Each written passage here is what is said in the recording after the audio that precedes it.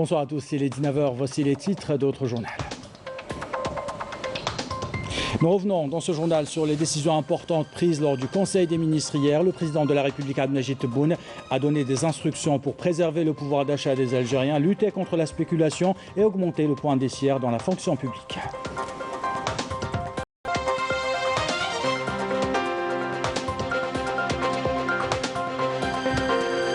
La Maloukienne du Tassil Nadjar Brahim Rouma a été enterré cet après-midi à Ilizi. Le président de la République, Abdelmadjid Tebboune, a dépêché une importante délégation. Dans ce journal, on vous propose de revenir sur le parcours du Moujahid, membre du Conseil de la Nation du tiers présidentiel.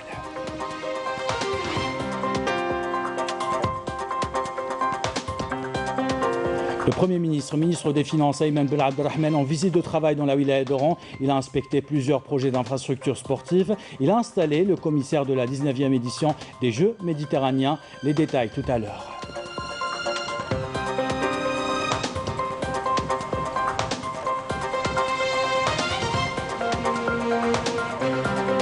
Le ministre des Affaires étrangères, Ramtan Ramamra, est arrivé hier à Addis Abeba pour représenter le président de la République à la cérémonie d'installation du nouveau gouvernement éthiopien. Il a rencontré le président de la Commission de l'Union africaine et le commissaire de l'Union africaine à la paix, la sécurité et les affaires politiques. Voilà pour les titres. Bienvenue à tous. On entame ce journal par les mesures adoptées hier lors du réunion du Conseil des ministres présidé par le président de la République, Abdelmadjid Tebboune. Le président de la République a donné des orientations au gouvernement pour enrichir le projet de loi de finances 2022. Abdelmadjid Tebboune a donné des instructions pour prendre des dispositions immédiates de lutte contre la spéculation afin de préserver le pouvoir d'achat des citoyens. La réunion du Conseil des ministres a été consacrée également pour prendre une série de mesures, notamment programme complémentaire de développement de la wilaya de Khanchla. Les détails avec Nasrin Bessaïti. La réduction de l'impôt sur le revenu global, une décision validée lors de la réunion du Conseil des ministres présidé par le chef de l'État, Abdelmadjid Tebboune. Lors de cette réunion, le président de la République a indiqué que l'année 2022 connaîtra une amélioration des indicateurs de la performance de l'économie nationale à la faveur des réformes opérées et des mesures incitatives prises, soulignant la nécessité de prendre toutes les dispositions pour préserver le pouvoir d'achat des citoyens. À ce titre, le président de la République a ordonné immédiatement l'augmentation du point indiciaire dans la fonction publique, la coordination étroite entre les ministères du Commerce et de l'Agriculture en vue d'assurer un contrôle maximal pour les produits agricoles, les légumes et les prêts alimentaires. En ce qui concerne le projet de la loi de finances 2022, Abdelmadjid Tebboune a donné des instructions à même d'enrichir le PLF 2022 et ce par la nécessité d'appliquer l'impôt sur la fortune après sa redéfinition, la mise en place d'un mécanisme facilitant la cession des logements locatifs de l'État relevant des OPGI en veillant à actualiser leur prix et à faciliter aux concernés l'obtention des livrets fonciers, consentir un abattement de 10% au profit des personnes concernées par l'acquittement des créances des logements à ADL, accélérer la création de la Banque de l'Habitat, charger le ministre de la Justice, garde des Sceaux, d'élaborer le projet de la loi relatif à la lutte contre la spéculation dans les plus brefs délais avec des peines allant jusqu'à 30 ans, renforcer le contrôle sur le terrain des commerces pour interdire toute hausse injustifiée des prix des produits alimentaires avec le retrait définitif des registres de commerce, création de 2 écoles nationales spécialisées dans l'agriculture saharienne dans le sud-est et ouest du pays. Concernant le programme complémentaire de développement au profit de la wilaya de Khanchla, il a été décidé à l'impératif respect des exigences de la wilaya pour l'amélioration des conditions de vie des citoyens, désenclaver la région en la reliant aux wilayas limitrophes à travers la double voie numéro 32 et une ligne ferroviaire en prévision du lancement des zones d'activité industrielle. Réunir toutes les conditions pour le développement de l'activité agricole dans les filières où la wilaya recèle des potentialités considérables. Le secteur des mines était aussi à l'ordre du jour lors de cette réunion où il a été question d'accélérer le parachèvement des procédures pour le lancement effectif des différents projets structurants dans l'exploitation minière, notamment le projet de Raj Bilet et celui de Bled El Hadba. Création d'une usine pour la fabrication des rails à Béchar, intensification des opérations de prospection de nouvelles sources d'énergie dans le périmètre maritime, augmentation à hauteur de 35% de la performance de récupération des puits de pétrole exploités. Pour ce qui est des mesures pour la relance du secteur de la pêche, le président de la République a décidé d'appuyer les professionnels de la construction navale à travers l'attribution de fonciers favorisant l'extension de leur entreprise, encourager l'initiative individuelle et promouvoir l'investissement dans la pisciculture, encourager les producteurs par tous les moyens disponibles à travers la création de coopératives halieutiques, réduire de 19% le taux de la taxe sur la valeur ajoutée sur les produits halieutiques, relancer le projet de construction navale avec les partenaires étrangers focalisés sur l'aquaculture et la pêche en haute mer pour booster la production halieutique. Dans l'actualité de ce lundi, le Moujahid Brahim Rouma Malouken du Tassili Najer a été enterré cet après-midi à Ilizi. Le président de la République Abdelmajid Tebboune a dépêché une importante délégation composée du conseiller du président de la République, Abdelhafid Allahoum, le ministre de l'Intérieur, des collectivités locales et de l'aménagement du territoire, Kamel Beljoud, le ministre des Moujahidines et des ayants droit, Laïd El-Biqa, de plusieurs membres du Conseil de la Nation. Plusieurs délégations étrangères ont pris part à ces funérailles. Parmi ces délégations, celle conduite par le vice-président du Conseil présidentiel libyen, Moussa Al-Kouni. Je vous propose maintenant d'écouter cet éloge funèbre prononcé par Laïd El-Biqa. Aujourd'hui, l'Algérie perd le Moudjahed Hadj Brahim Rouma, que Dieu lui accorde sa miséricorde. La Ménocale est partie en ce jour où est célébré l'anniversaire de la célèbre bataille d'Issine, une date historique immortalisant la résistance contre le colonialisme. Le nom de la Ménocale Hadj Brahim Rouma restera à jamais gravé dans la mémoire nationale du peuple algérien en reconnaissance de son courage, sa bravoure et ses actions, que ce soit durant la lutte de libération ou après, durant la phase d'édification et de renouveau national sur cette terre chère. Et on vous propose maintenant de revenir sur le parcours du Moujahid Brahim Rouma. Ses compagnons d'armes décrivent un homme courageux qui les a soutenus jusqu'au bout dans leur combat contre le colonisateur dans les régions frontalières avec la Libye. Portrait de Brahim Belkhir, commentaire signé Siam Kenouch.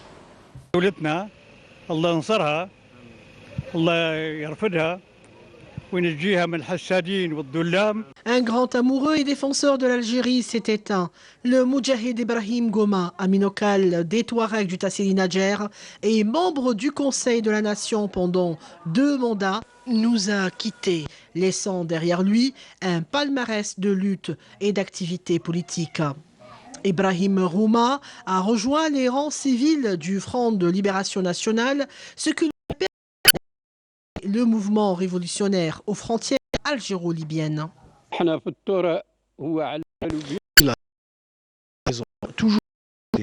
a toujours été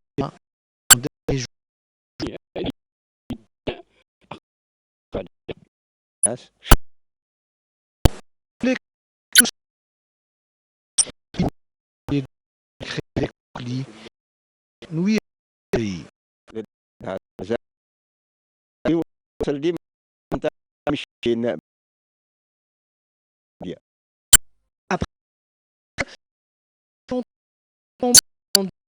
locale, sa dernière mission, mettre les préoccupations des habitants de la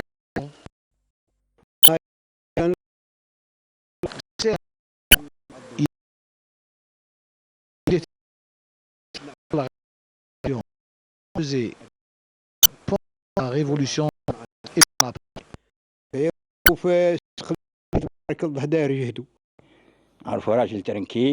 c'était un homme bon et tranquille, tout le monde l'aimait.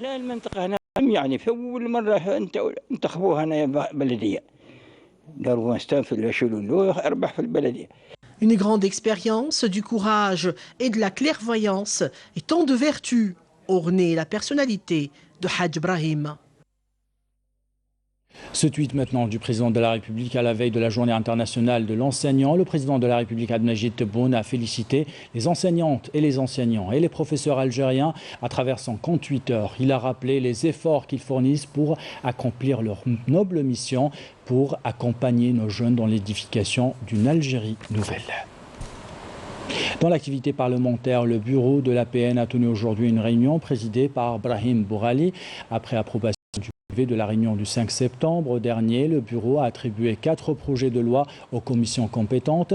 Il a également été question d'examiner les déclarations de certains députés concernant les cas d'incompatibilité avec les mandats parlementaires. Des déclarations ont été transmises à la commission des affaires juridiques et administratives et des libertés. Le bureau a également transmis des questions orales des députés aux membres du gouvernement.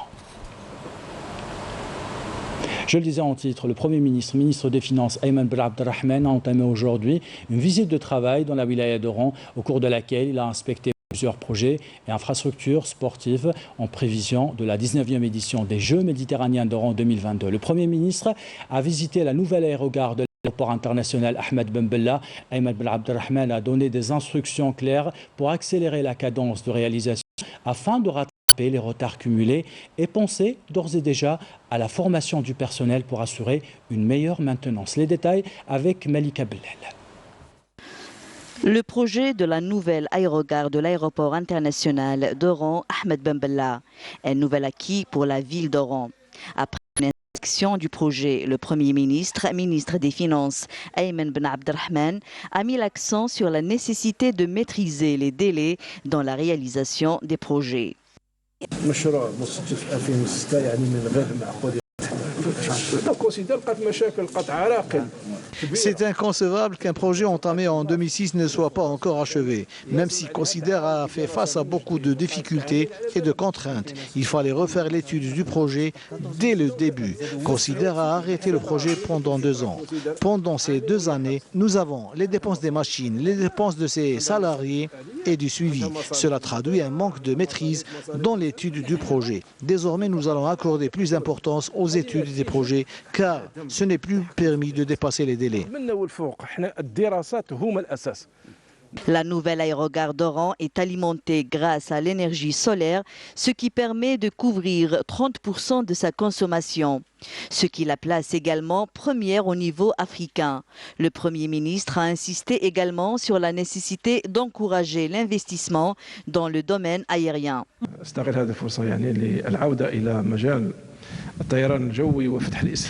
J'invite à l'occasion tous les opérateurs privés à investir dans le transport aérien. Nous avons commencé à recevoir et à réceptionner quelques demandes que nous allons étudier.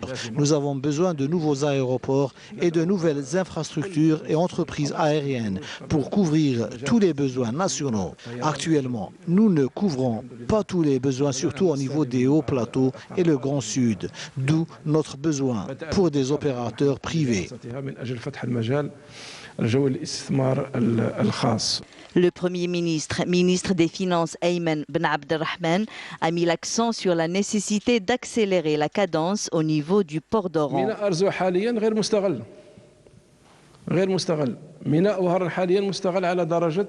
Le port d'Arzeu, actuellement, n'est pas exploité. Le port d'Oran, quant à lui, est exploité à 70%. Le problème n'est pas un problème d'infrastructure, mais comment exploiter ces infrastructures.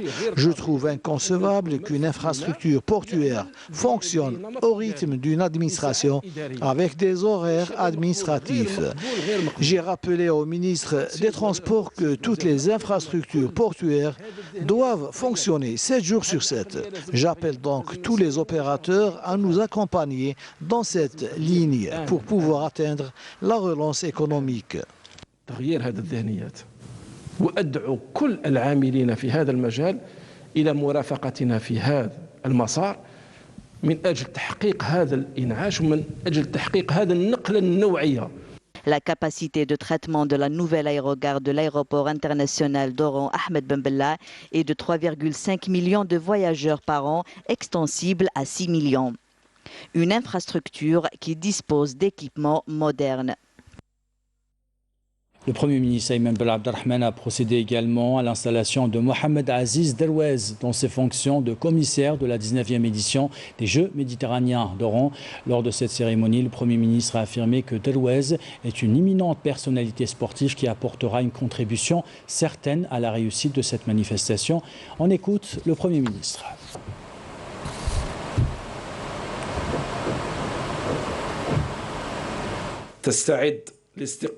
La ville d'Oran El-Bahia se prépare à accueillir une des plus importantes manifestations sportives internationales.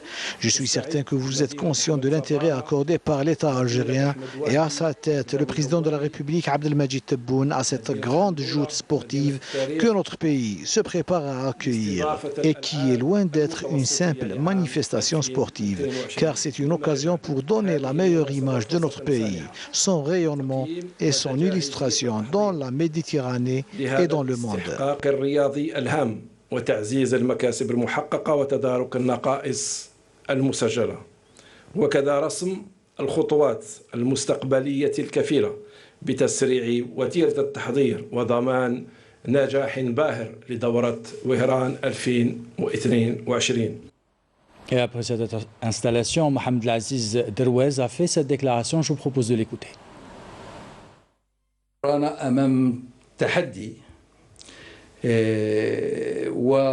Nous sommes devant un défi et je reste optimiste quant à la réussite de cette manifestation sportive qui mettra en valeur les potentialités de l'Algérie et ses capacités à organiser des compétitions d'une plus grande envergure.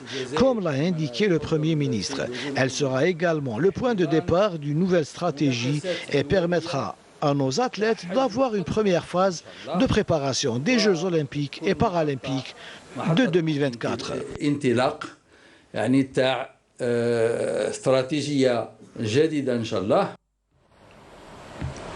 Le Premier ministre, ministre des Finances Ayman Ben Abdelrahman a visité également le village olympique et accueillera les athlètes. Il a exprimé sa satisfaction quant à la qualité des infrastructures. Il a donné des instructions pour livrer le village olympique le mois prochain.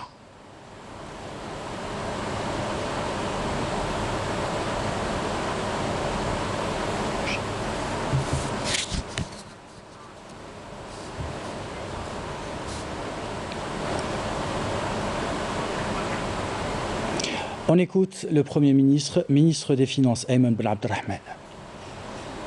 العقد يقول 500 عامل في الورشة وقت تقول لي باللي كان Le contrat stipule qu'il doit y avoir 500 ouvriers au niveau de l'atelier. Et là, vous me dites que 100 seulement sont en activité. Il s'agit donc d'un déficit de 400 ouvriers. Vous êtes tenu d'aller vers une révision quotidienne et non plus mensuelle. Et des pénalités de retard seront dorénavant infligées. L'approche doit changer. Il faut avoir une approche économique et efficiente. Cette situation n'est pas propre à ce chantier seulement. On ne tolérera plus une gestion pareille. Il faut qu'il y ait un suivi quotidien, car ce sont des deniers publics qui sont mobilisés pour réaliser ces projets dans les délais impartis. Tout retard engendrera des dépenses supplémentaires. Et le projet qui ne coûtait à ses débuts qu'1 milliard de dinars coûtera à la fin 15 milliards de dinars. Un surplus de 14 milliards de dinars qui aurait pu être dépensé pour la réalisation d'autres projets dans d'autres secteurs, comme la santé et l'éducation. Vous avez donc jusqu'au 31 décembre prochain pour livrer ce projet.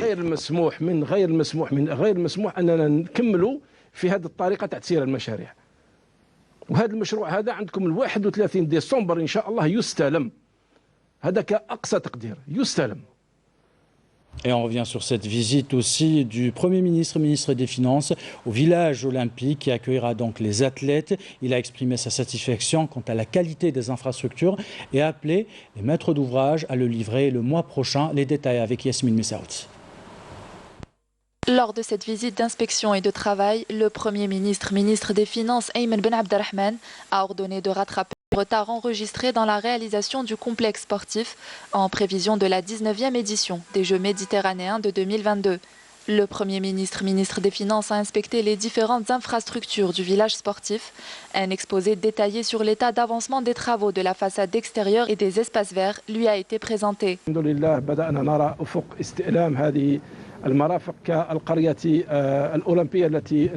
Dieu merci, nous allons bientôt réceptionner ces infrastructures, notamment ce village olympique où on se trouve actuellement, qui est un acquis très important, construit selon les normes internationales. Cette infrastructure est classée 3 étoiles et dispose d'établissements de qualité pour un accueil de qualité aux sportifs et aussi aux personnes à besoins spécifiques, qui seront aussi accueillis dans de meilleures conditions. Comme vous pouvez le constater, les travaux de réalisation du stade d'Oran sont terminés et il ne reste que quelques retouches pour qu'il soit livré. Le Premier ministre a instruit les autorités locales à livrer toutes ces infrastructures avant le mois de novembre de l'année en cours. Concernant l'équipement des infrastructures, il doit se faire avec des produits 100% algériens. Vous avez jusqu'à la fin du mois de novembre pour finaliser tous les travaux. À l'approche des Jeux méditerranéens, les pouvoirs publics ont impulsé un nouveau souffle au projet en levant toutes les contraintes financières ayant retardé sa livraison dans les délais. Cela s'est traduit par l'injection d'une somme de 2,4 milliards de dinars après la réunion de la commission de suivi mise en place par le Premier ministre, tenue le 8 septembre dernier. Et en marge de cette visite, Ayman Ben Abdelrahman est revenu sur les décisions prises lors du Conseil des ministres, notamment la loi de finances 2022. Je vous propose de l'écouter.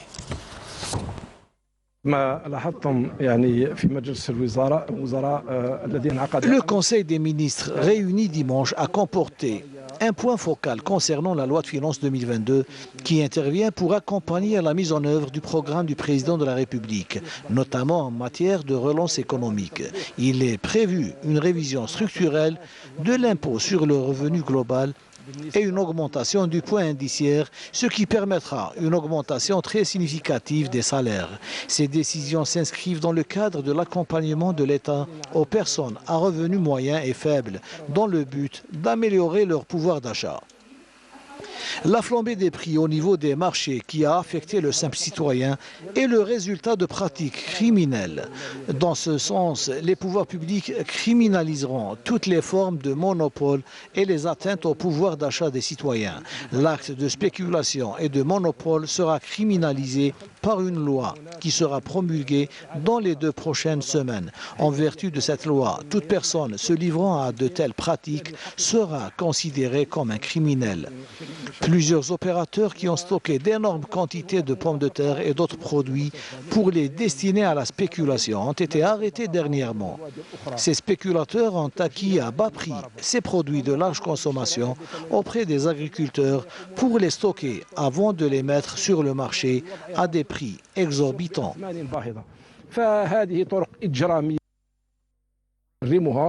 وسوف ترون في الأسبوعين المقبلين إن شاء الله القانون الخاص بتجريم الاحتكار والمضاربة.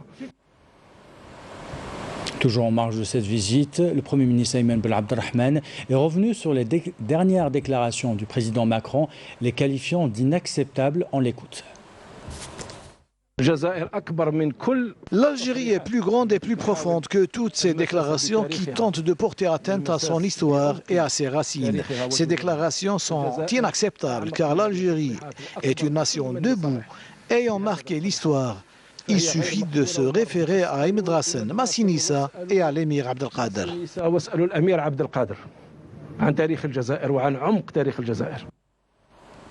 Voilà pour cette visite du Premier ministre, ministre des Finances, Ayman Ben Abdelrahman, dans la wilaya d'Oran. Dans l'actualité diplomatique, le ministre des Affaires étrangères et de la communauté nationale à l'étranger, Ramtan Al-Amamra, est arrivé hier à Addis Abeba pour représenter le président de la République, Abdelmajid Tebboune, à la cérémonie d'installation du nouveau gouvernement éthiopien. La participation de l'Algérie à cet événement intervient à l'invitation officielle adressée par les hautes autorités éthiopiennes au président de la République, Abdelmajid Tebboune, en consécration des relations bilatérales étroites et en consécration également de la volonté commune des dirigeants des 2 pays pour établir un partenariat stratégique entre les 2 pays. Ramtan Al-Amamra a eu des concertations avec le commissaire de la paix à la paix, à la sécurité et aux affaires politiques, portant sur les derniers développements en Libye, en Mali, dans la région sahélo-saharienne et dans la Corne de l'Afrique, à la lumière des efforts consentis par l'Algérie pour la promotion des solutions pacifiques et politiques à ces crises. Je vous propose de l'écouter.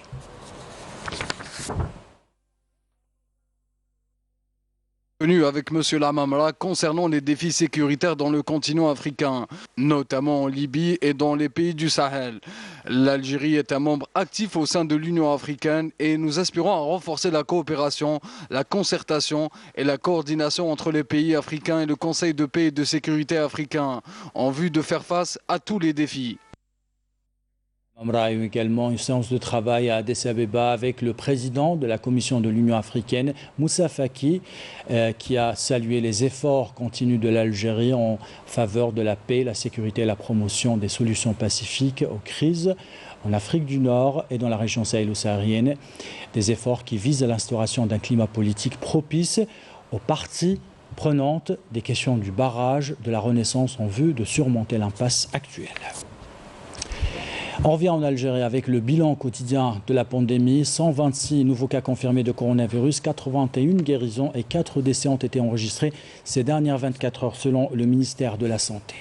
Cette information maintenant, le réseau des journalistes en coordination avec l'association Mesh'al al-Shahid ont organisé aujourd'hui une rencontre de soutien au peuple sahraoui sous le slogan « Le Sahara occidental, dernière colonie en Afrique » avec la participation du président du Conseil national des droits de l'homme, Bouzid El-Zahari, des parlementaires, des journalistes, des représentants de la société civile étaient également présents.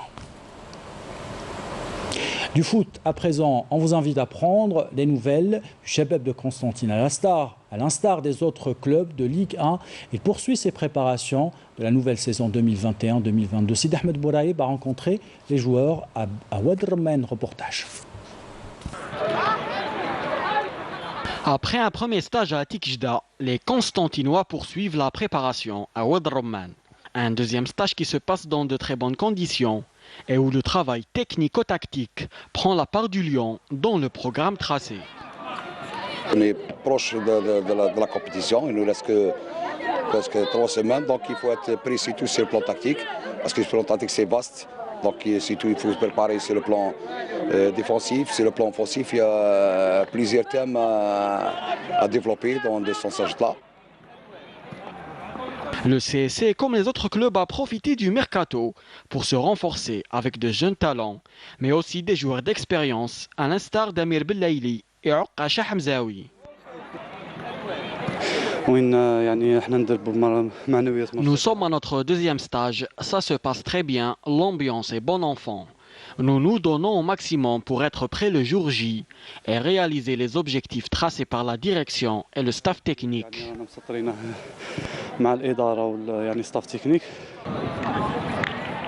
L'objectif en championnat est clair et net, une participation africaine et pourquoi pas plus. Je sais très bien que c'est difficile parce que nous ne sommes pas le seul qui joue le titre dans cette année-là. Il y a plusieurs équipes qui sont ambitieuses pour jouer le titre et nous sommes parmi les équipes qui sont ambitieuses pour jouer le podium. Un troisième stage est au programme et se déroulera à Constantine.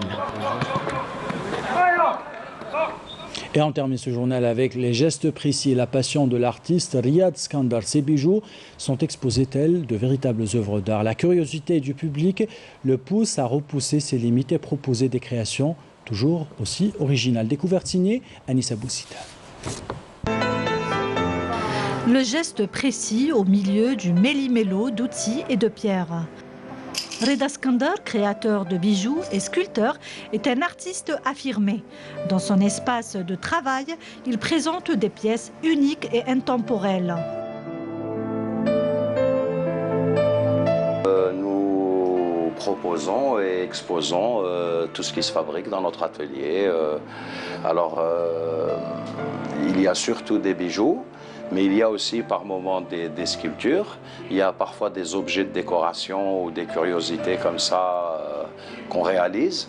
Et voilà, et ça nous permet de recevoir, nous, notre clientèle, d'avoir nos critiques, notre contact et de se faire et d'essayer de performer, de faire de mieux et de garder notre qualité, nos lignes artistiques. Voilà.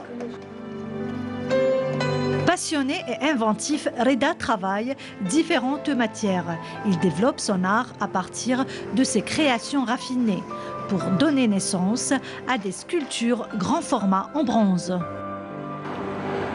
Depuis quelques années, nous sommes passés de la sculpture de bijoux à de la sculpture pour répondre à une curiosité d'aller plus loin, la volonté d'aller plus loin. Et puis le public a bien réagi, nos réalisations ont plu et donc je continue à explorer ma démarche artistique qui est la mystique des lettres, l'énergie des lettres, particulièrement la langue arabe parce que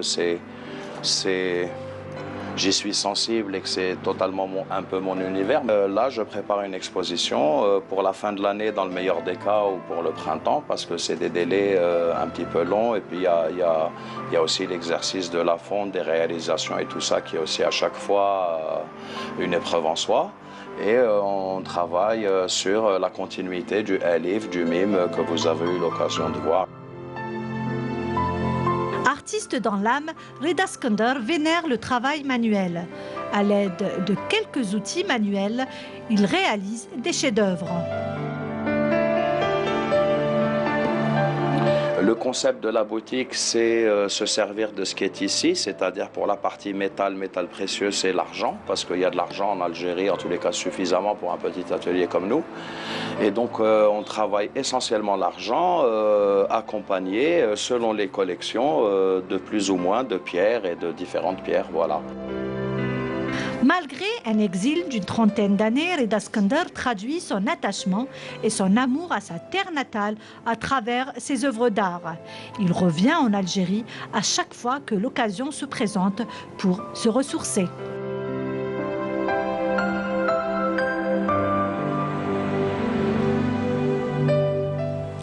Voilà pour cette découverte de Reda Skender. Ainsi va l'actualité, c'est la fin de ce journal. L'équipe de la rédaction qui l'a préparé, l'équipe technique qui l'a réalisé, vous remercie de l'avoir suivi. Demain à midi, retrouvez Amina Zahouf, 19h, Zohir Ben Dimred. Belle soirée.